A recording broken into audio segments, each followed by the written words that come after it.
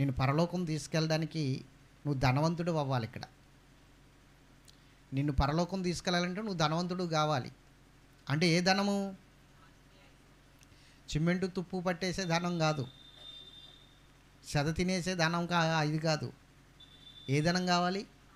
ఆత్మీయ ధనం. అంటే ఆత్మీయ ఐశ్వర్యవంతుడు కావాలి.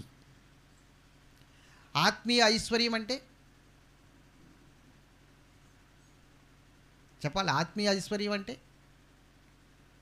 ఒకటి దేవుని వాక్యం చెప్పాలి. 2 పరిశుద్ధాత్మ అను వరం. 3 ప్రార్థనా శక్తి చెప్పాలి. 3 ప్రార్థనా శక్తి. 4 విశ్వాసం, నమ్మిక. ఎవరెన్ని చెప్పినా నా నమ్మిక పోదు, నా విశ్వాసం పోదు. అదొక ఆత్మీయ ఐశ్వర్యం. 5 కృపావరాలు. ఇవి ఆత్మీయ సంపద. ఇదంతా సంపాదించుకున్నాను నేను. దేవుని సన్నిధికి వెళ్ళి ఇదంతా సంపాదించుకున్నాను.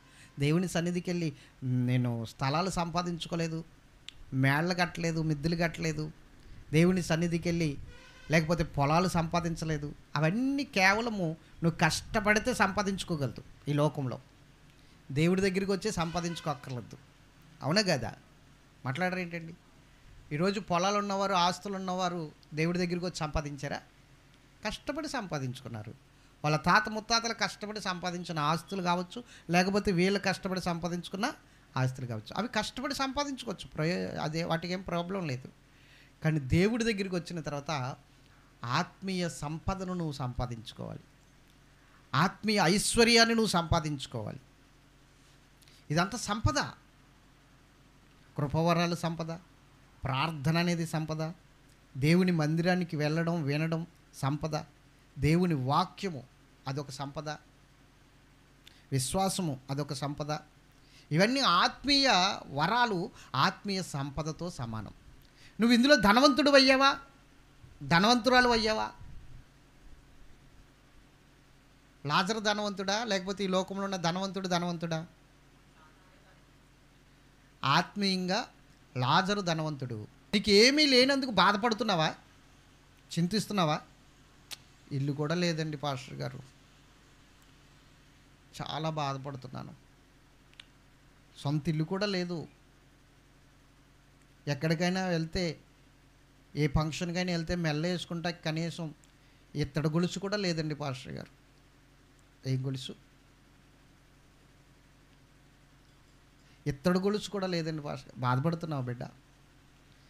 నువ్వు సంపాదించిన ప్రార్థన అంటే సంపాదనలో, ఆత్మీయ సంపాదనలో ప్రార్థన అనే ఒక సంపద ఉందో చూసావా? అది చాలా గొప్పది. ఒక పోలిక చెప్తాను వినండి. ఇంటిని బట్టి చూస్తే తలుపు చాలా చిన్నది, తలుపుని బట్టి చూస్తే తాళపు కప్ప ఇంకా చిన్నది, తాళపు కప్పని బట్టి చూస్తే తాళపు చెవి ఇంకా చిన్నది. ఆ చిన్నదైన తాళపు చెవి చాలు ఆ ఇంటిని మనము చెప్పాలి ఆధీనం చేసుకోవడానికి, స్వాధీనం చేసుకోవడానికి. ఒక్క చిన్న తాళం చెవి చాలు ఆ ఇల్లంతటిని స్వాధీనం చేసుకోవడానికి. అవునా? మరి ఆలోచించు, ఏది గొప్పప్పుడు? ఇల్లా, తలుప, తాళపు కప్ప, తాళపు శివ? ఒక్క తాళపు శివి చాలు ఇల్లంతా స్వాధీనపరచుకోవచ్చు. అలాగే ప్రార్థన తాళపు శివి. మూసి ఉన్న ద్వారాలను తెరిచే తాళపు చెవి. చాలాసార్లు చెప్పాను నీకు, అవునా? మూచి ఉన్న ద్వారాలు, అది ఏ ద్వారమైనా సరే తెరవగలిగిన తాళపు చెవి. ప్రార్థన అనే ఒక సంపదను నువ్వు పట్టుకుని ఉండు, ఏదైనా సంపాదించుకోవచ్చు దాంతో. భక్తులు అనబడిన వారు మీరు ఇవన్నీ ఎలా సంపాదించారు సార్ అంటే, భక్తులు చెప్పారు మోకాళ్ళ అనుభవం ద్వారా సంపాదించామని. ప్రార్థనా శక్తితో ఇవన్నీ సంపాదించమని భక్తులు చెప్పారు. నువ్వేమీ ప్రయాసపడక్కలేదు, దుఃఖపడక్కలేదు. మనకి ఒక సంపద ఉంది. స్తోత్రం చెప్పండి. అవునా కదా? మాట్లాడరేంటండి? ఉదాహరణకి నెబుకద్నెజరు ఒక కలగన్నాడు.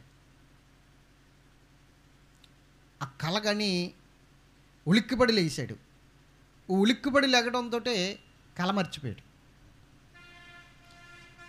ఈ కల మర్చిపోయాడు. ఉలిక్కిపడి లేగడంతో ఏం జరిగింది? కల మర్చిపోయాడు. కల మర్చిపోయేసరికి మళ్ళీ పడుకుంటున్నాడు. నిద్ర వస్తే మళ్ళీ ఆ కల వస్తుందేమో గుర్తుపెట్టుకుందామని మళ్ళీ పడుకుంటున్నాడు, కానీ నిద్ర పట్టట్లేదు. క్లియర్గా ఉంటుంది. ఆ కల వచ్చిన తర్వాత అతనికి నిద్ర పట్టట్లేదని రాసి ఉంటుంది అక్కడ. నెబుకద్నెజర్కి నిద్ర పట్టట్లేదు. నిద్ర పట్టకపోయేసరికి ఇంక భయం వేసేస్తుంది. ఆ కళ ఏంటో భయంకరంగా ఉంది, చాలా భయంకరంగా ఉందని భయం వేసేస్తుంది. జ్యోతిష్యుల్ని, సిరియా భాష మాట్లాడేవారిని, అక్కడ కల్దీ పట్టణంలో ఉన్న ప్రతి ఒక్కరిని కూడా, గారడి విద్య గలవారిని, మాంత్రికులు అనబడిన వారిని అందరినీ పిలిపించాడు. వాళ్ళు వచ్చి రాజుకి నమస్కారం చేసి, రాజా మీ కళ ఏంటో చెప్పండి, దాని భావం సింపుల్గా చెప్పేస్తామంటున్నారు. రాజుగారు నవ్వి, ఒక పిచ్చివార్లరా, నేను కళ చెప్తే మీరు ఏదోటి చెప్పేయచ్చు, కళ మీరే చెప్పాలి, కళ భావం మీరే చెప్పాలన్నాడు. కళ మీరే చెప్పాలి, కళ భావం మీరే చెప్పాలన్నాడు. వాళ్ళకు ఒక్కసారిగా గుండె జారిపోయింది. బాబోయ్, కళ మనం చెప్పాలా, కళభావం మనం చెప్పాలా, ఏంటి పరిస్థితి? మీరు చెప్పలేదనుకో, నా బబులోని సంస్థానంలో అసలు జ్ఞానే ఉండడు. ఇంకా జ్ఞాని అనబడిన వాడు ఉండకుండా అందరినీ చంపించేస్తాను, మిమ్మల్ని తుత్తునీలుగా చేస్తాను, మీ ఇంటిని పెంట కుప్పలుగా చేస్తాను అన్నాడు. ఇంకా అర్థం కాలేదు వీళ్ళకి. వెంటనే ఒకడు ధైర్యం చేసుకుని ఎదురుకొచ్చి అంటున్నాడు, రాజా మీరు అడిగింది చాలా చిక్కు ప్రశ్న. కళభావం చెప్పాలంటే అది మనుషులకి సాధ్యపడదు, దేవతల వల్లే అవుతుంది. దేవతల యొక్క నివాసం మనుషుల మధ్య ఉండదు కదా, దేవతల యొక్క నివాసం మనుషుల మధ్య ఉండదు కదా అన్నాడు. ఏమో నాకు తెలీదు, మీరు చెప్తారా లేదా, మా వల్ల కాదు. ఎవరక్కడ అని పిలిచాడు. సైనికులు వచ్చేసారు. మా బబులోని సంస్థానంలో జ్ఞానాన్ని వాడు ఉండకూడదు, జ్ఞానుల వల్ల ఏం ప్రయోజనం లేదు, జ్ఞానులందరినీ చంపేయండి అన్నాడు. మొత్తం అందరినీ చంపేయండి అన్నాడు. బబులోని చక్రవర్తి ఇచ్చిన ఆజ్ఞకి ఇంక తిరిగేముంది? వెంటనే ఈ ఆజ్ఞను అమలు చేయడానికి, ఇంకా ఆ శాసనాన్ని అమలు చేయడానికి జ్ఞానులందరినీ పోగేస్తున్నారు మరణ ప్రదేశానికి చేర్చడానికి. అందులో షద్రకు, మెషకు, అబేద్నెగోలు, దానియేలు కూడా ఉన్నారు. వీళ్ళు కూడా జ్ఞానులే. చిన్నప్పటి నుంచి జ్ఞానులుగా పెంచాడు. వీళ్ళని కూడా మంచి జ్ఞానం పొందుకున్నవారని పేరు వచ్చింది. బబులోని చక్రవర్తికి తెలుసు వీళ్ళు జ్ఞానులే అని. స్తోత్రం చెప్పాలి. వినాలి, దయచేసి ప్రతి ఒక్కరు వినాలి. వీళ్ళు జ్ఞానులే అని బబులోని చక్రవర్తికి కూడా తెలుసు. కాబట్టి ఏం చేశాడంటే వాళ్ళని కూడా చంపేమని ఆర్డర్ ఇచ్చాడు. వాళ్ళ దగ్గరికి కూడా వెళ్ళారు వీళ్ళు.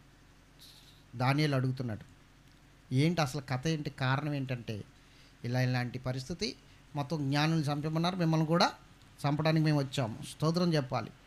అప్పుడు ఆ మాట విని అంటున్నాడు, నాకు కొన్ని నిమిషాల సమయం కాదు, నేను రాజుగారి దగ్గరికి వెళ్ళి రాజుగారితో మాట్లాడొస్తాను. వెళ్ళి మాట్లాడరా, మిమ్మల్ని చంపడానికి ఇంకా టైం ఉంది, ఈలోగా మాట్లాడొచ్చి అన్నాడు. రాజుగారి దగ్గరికి వెళ్ళి దానియేలు మాట్లాడుతున్నాడు, బ్రతిమలాడాడు, ఒప్పించాడు, మాకు కొంచెం సమయం ఇవ్వండి, ఆ కళభావం చెప్పే బాధ్యత మాది, మా దేవుడు గొప్పవాడు, ఖచ్చితంగా చెప్తాడు, మేము వెళ్తున్నాం అంటే, సరే అయితే నీకు కొంచెం సమయం ఇస్తున్నాను, నువ్వు రేపు తెల్లవారేసరికి నాకు కళభావం చెప్పకపోతే ఇంకెవడు జ్ఞానాన్ని వాడు ఉండడు అన్నాడు. గబగబా వెళ్ళాడు.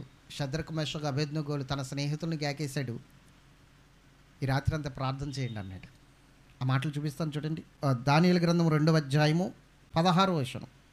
దానియేలు రాజు సన్నిధికి పోయి స్వప్నము భావము చెప్పుటకై తనకు సమయము దయచేయమని రాజును బ్రతిమాలెను. అప్పుడు దానియేలు తన ఇంటికి పోయి తన స్నేహితులైన అనన్యాకును, మిషాయేలుకును, అజర్యాకును సంగతి తెలియజేసి తానును తన స్నేహితులను బబులోను తక్కిన జ్ఞానులతో కూడా నశించుకున్నట్లు ఆ కళ యొక్క మర్మము విషయంలో పరలోకమందున్న దేవుని వలన కటాక్షము పొందు నిమిత్తము ఆయనను వేడుకొనడని వారిని హెచ్చరించెను. స్తోత్రం. వారిని ఎవరిని హెచ్చరించాడు? షద్రకు, మెషకు, అబేద్నెగోలను హెచ్చరించాడు. ఈ రాత్రి వేడుకుందాం దేవుణ్ణి. మనకు ఒక తాళపు చెవి ఉంది కదా, తాళపు చెవి ఉంది కదా. ఏమిటా తాళపు చెవి? ప్రార్థన అనే తాళపు చెవి ఉంది కదా. తెరుద్దాం, ఈ మర్మం అనే తలుపుని తెరుద్దాం, ఈ లాక్ తీద్దాం. లాక్ పడిపోయింది, తీద్దాం, ఈ తాళపు చెవితో తీద్దాం. ఆ రాత్రి దేవుని అడుగుతుంటే, రాత్రి సమయములో అని ఉంటుంది అక్కడ. దేవునికి స్తోత్రం చెప్పాలి. 19వ వచనం. అంతటా రాత్రి యందు దర్శనము చేత ఆ మర్మము దానియేలునకు బయలుపరచబడిన గనుక దానియేలు పరలోకమందున దేవుని స్తుతించెను. ఓకేనా? ఎవరికి తెలియబడింది? ఇప్పుడు ఆ ద్వారం ఎలా తెరిచాడు దానియేలు? ప్రార్థన ద్వారా. ప్రార్థన అనే తాళపు చెవి ద్వారా. అదొక సంపద.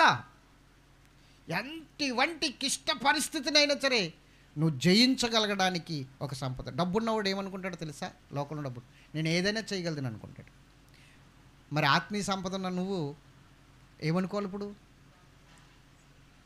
డబ్బుతో కొన్నే చేయగలదు రాళ్ళు, కానీ మనము ఈ ఆత్మీయ సంపదను పోగేసుకున్న మనము ఏదైనా చేయగలుగుతాం. స్తోత్రం చెప్పండి. వాళ్ళు డబ్బుతో ప్రకృతిని శాసించలేరు, ప్రకృతి యొక్క విపత్తును ఆపలేరు. అవునే కదా? డబ్బుతో గడియారాన్ని కొనుక్కోగలరు కానీ సమయాన్ని కొనలేరు. డబ్బుతో మంచము పరుపు కొనుక్కోగలరు కానీ నిద్రను, మనశ్శాంతిని కొనలేరు. కానీ ఆత్మీయ సంపదతో అవన్నీ మనం సంపాదించుకోవచ్చు. తెలుసా? స్తోత్రం చెప్పండి గట్టిగా. ఆత్మీయ సంపదతో అవన్నీ మనం సంపాదించుకోవచ్చు. అందుకే ఆత్మీయ సంపద కలిగి ఆత్మీయ ఐశ్వర్యవంతుడు కావాలంటున్నాను నేను. లోక సంపద తునప్రాయం అండి, దాన్ని పక్కన పెట్టండి. ముందు దానికన్నా విలువైనది మనకు ఉంది. ఇప్పుడు దానికి విలువి ఉత్తమమైన దాన్ని మరీ ఎంచుకున్నట్లు ఉత్తమమైన దాన్ని ఎంచుకో.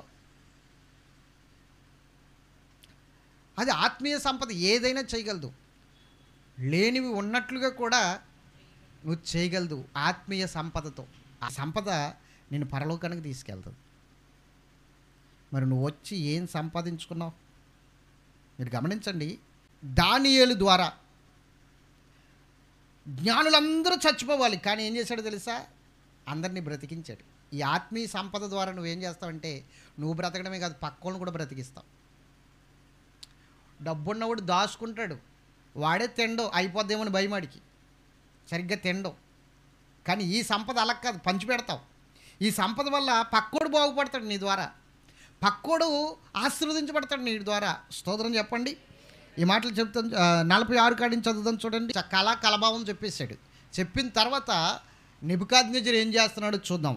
అంతట రాజుకు నెబుకద్నెజరు దానియేలునకు సాష్టాంగ నమస్కారం చేసి అతనిని పూజించి నైవేద్య ధూపములు అతనికి సమర్పింప ఆజ్ఞాపించాను. చూడండి, ఆజ్ఞాపించడు కానీ దానియేలు అంగీకరించలేదు. ధూపదీప నైవేద్యాలు పెట్టేస్తుంటే దేవుడు అనుకుంటున్నాడు ఏంటి? ఇప్పుడు కొంప తీసి పూజించి ధూపదీప నైవేద్యాలు అర్పించేయండి అని ఆజ్ఞ ఇచ్చేసాడట. సాష్టాంగ నమస్కారం చేసాడట. అది ఎవరు? బబులోని చక్రవర్తి ఒక బానిసకి బానిస. దానియేలు ఎవరో తెలుసా? బానిసగా వచ్చాడు దానియేలు ఆ దేశానికి. ఇప్పుడు బానిసకి ఏం జరిగిందో తెలుసా? అక్కడ గౌరవం ఏంటో తెలుసా? ఘనత ఏమిటో తెలుసా? కీర్తి ఏమిటో తెలుసా? చక్రవర్తి, ఆ దేశానికి చక్రవర్తి. అందరూ అతని దగ్గరికి వచ్చి సాష్టాంగపడాలి, అందరూ అతని దగ్గరికి వచ్చి ప్రభు అని మోకాళ్ళు వేసి అతన్ని బ్రతిమలాడుకోవాలి. అలాంటిది ఇప్పుడు చక్రవర్తి అయిన నెబుకద్నెజరు దానియేలుకి సాష్టాంగపడ్డాడు. ఇది ఎలా సాధ్యం? చక్రవర్తి దగ్గరేమో బోల్డంత సంపద ఉంది, అతని మాటే శాసనం. కానీ దానియేలు దగ్గర ఏ సంపద ఉంది? మరి దేని ముందు ఏది తల వంచింది? ఆత్మీయ సంపద ముందు లోక సంపద ఎప్పటికైనా తల వంచవలసిందే, తల దించుకోవలసిందే, సాష్టాంగ పడవలసిందే. దానియేలుకి ఐశ్వర్యం లేదు, ఒక బానిస. దానియేలుకి ఆత్మీయ సంపద ఉంది, నెబుకద్నెజరుకి లోక సంపద ఉంది. ఏది దేనికి తల వంచింది? ఏది దేనికి సాష్టాంగపడింది? ఆత్మీయ సంపద కలిగి ఉంటే ఎవరైనా నీకు తల వంచవలసిందే, నీకు లోబడి ఉండవలసిందే. ఏది తేలిపోయింది ఇప్పుడు? ఆత్మీయ సంపద ముందు ఈ లోక సంపద తల వంచవలసిందే. దీని విలువ తెలియక మాట్లాడుతున్నారు చాలామంది. ఈ ఆత్మీయ సంపద గురించి తెలియక మాట్లాడుతున్నారు. అధికారులు, రాజులు ఎవరైనా సరే తల వంచవలసిందే ఈ ఆత్మీయ సంపద ముందు. అవునా కదా? ఇది పోగొట్టుకోకూడదు. పోగొట్టుకున్నావంటే నీకు జీవితమే లేదు. ఈ ఆత్మీయ సంపద అంత గొప్పది. కాబట్టి వచ్చి ఈ సంపదను పొందుకోండి. ఇప్పుడు ఆత్మీయ సంపద కలిగి ఉండాలి. ఆత్మీయ సంపద అంటే ఏంటి? ఇవే. వీటిని కలిగి ఉంటే ఏదైనా జయించగలదు. ఈ సంపదతో నువ్వు ఏదైనా చేయగలదు, జయించగలదు. అర్థమవుతుందా? దేవుడి మాటలు తన వినుకుడిలో దీవించును గాక. ఆమేన్.